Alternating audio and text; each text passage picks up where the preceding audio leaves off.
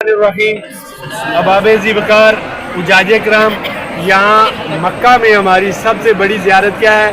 بیت اللہ شریف، اللہ کریم کا پاک گھر۔ اب اس کی تفصیل تو بہت بڑی ہے، لیکن میں یہاں پہ اختصار کے ساتھ آپ کی سماعتوں کی نظر چند گزارشات کروں گا، وہ آپ نے سننی ہے، اور یعنی زیارت کرا رہا ہوں آپ کو بیت اللہ شریف کی، ٹھیک ہے؟ تو یہ اللہ پاک کا پاک گھر کس نے تعمیر کیا؟ حضرت ابراہیم علیہ السلام نے اپنے بیٹے حضرت اسماعیل علیہ السلام کے ساتھ مل کر اس کی تعمیر فرمائی۔ اس سے پہلے بھی یہ گھر موجود تھا، لیکن طوفان نوح جب آیا تو اس ٹائم یہ گھر مٹ گیا، ختم ہو گیا۔ پھر اللہ کریم نے حضرت ابراہیم علیہ السلام کو وہ حکم دیا، تو آپ نے اللہ کا پاک گھر اس جگہ پہ تعمیر کیا۔ اسی کے اوپر اللہ کا ایک اور گھر بھی ہے، کیا ہے؟ ایک اور گھر بھی ہے جس کا طواف کون کرتے ہیں؟ فرشتے۔ وہ فرشتے اس کا طواف کرتے ہیں، اور ایک دفعہ جو فرشتہ ایک طواف کر لیتا ہے دوبارہ قیامت تک اس کی باری نہیں آئے گی۔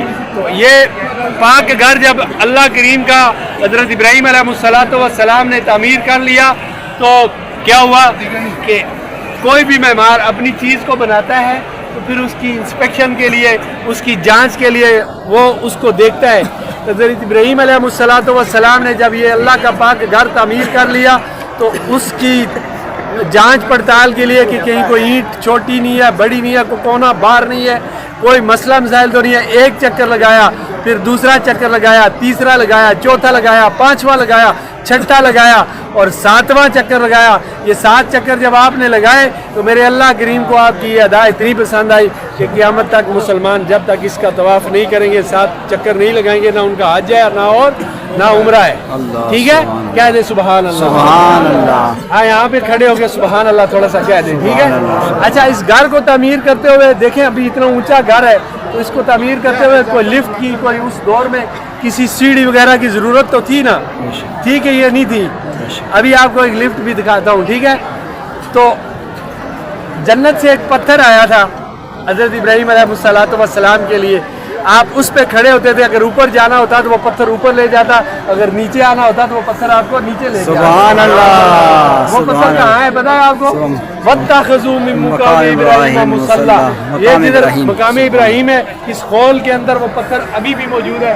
وہ اتنا پتھر نرم ہو جاتا آپ کے پاؤں رکھنے سے، وہ بالکل روئی کی طرح نرم ہو جاتا آپ کے پاؤں اس کے اندر دسے ہوئے، ابھی بھی وہ نشانات موجود ہیں۔ کیا جائے سبحان اللہ، ٹھیک ہو گیا جی؟ اچھا، یہ بیت اللہ شریف ہے جی، سب سے پہلے اس کا دروازہ ہے جی، دروازہ عربی میں کہتے ہیں باب، دروازے کو، ٹھیک ہے؟ باب کعبہ اس کو کہتے ہیں، کیا؟ باب کعبہ۔ باب کعبہ کے ساتھ آپ جدھر وہ شرطہ بیٹھا ہے اس جگہ کو کہتے ہیں حجر اسود۔ یہاں پہ جنت سے آیا ہوا پتھر حجر اسود یہاں پہ نصب ہے، جس کا ہم استلام کرتے ہیں، جس کو ہم بوسہ دیتے ہیں، ٹھیک ہے؟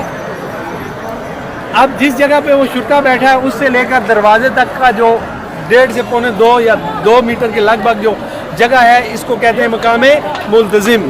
کیا کہتے ہیں؟ مقام ملتزم۔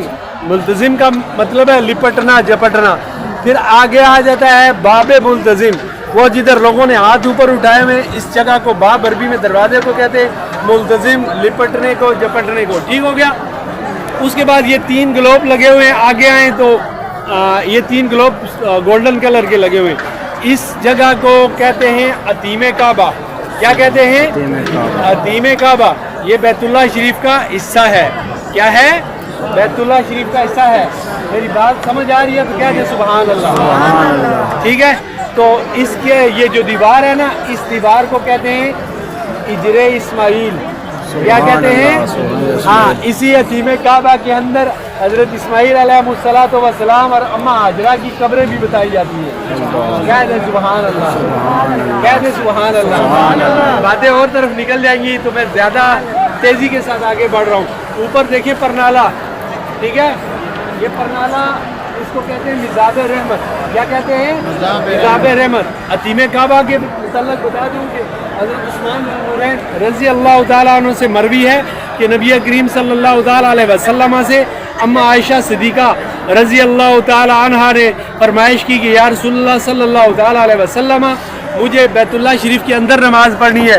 تو نبی کریم صلی اللہ تعالیٰ علیہ وسلم نے آپ کا ہاتھ پکڑا اور لا کے مزاب رحمت کے نیچے حتیم کعبہ کے اندر کھڑا کر دیا, فرمایا یہ بیت اللہ شریف ہے. سبحان اللہ سبحان اللہ حاجی صاحبان کہہ دے سبحان اللہ. سبحان اللہ. رات کا 1 بج رہا ہے, مجھے پتا ہے آپ تھکے ہیں, لیکن کہہ دے سبحان اللہ. سبحان اللہ. ٹھیک ہے, تو حتیم کعبہ اس کا ایک اس سائڈ پہ بھی دروازہ ہے, اس سائڈ پہ بھی دروازہ ہے, دونوں دروازے ہیں. ٹھیک ہے, اگر یہ دروازے کھلے ہوں, آپ اس کے اندر سے گزر لیا دروازوں سے طواف کرتے ہوئے, تو آپ کا طواف مکمل نہیں ہوگا. سمجھ آ رہی ہے بات کی؟ ٹھیک ہے, یہ مقام بتا دیا کہ جی یہ وہ ہے مقام ابراہیم. اب اسی مقام ابراہیم سے الٹے ہاتھ پہ تقریباً 10 سے 15 گز کے مطلب الٹے ہاتھ پہ تھوڑا سا 10 سے 15 گز پیچھے کیا ہے؟ زمزم شریف کا کنواں ہے. کہہ دیں سبحان اللہ.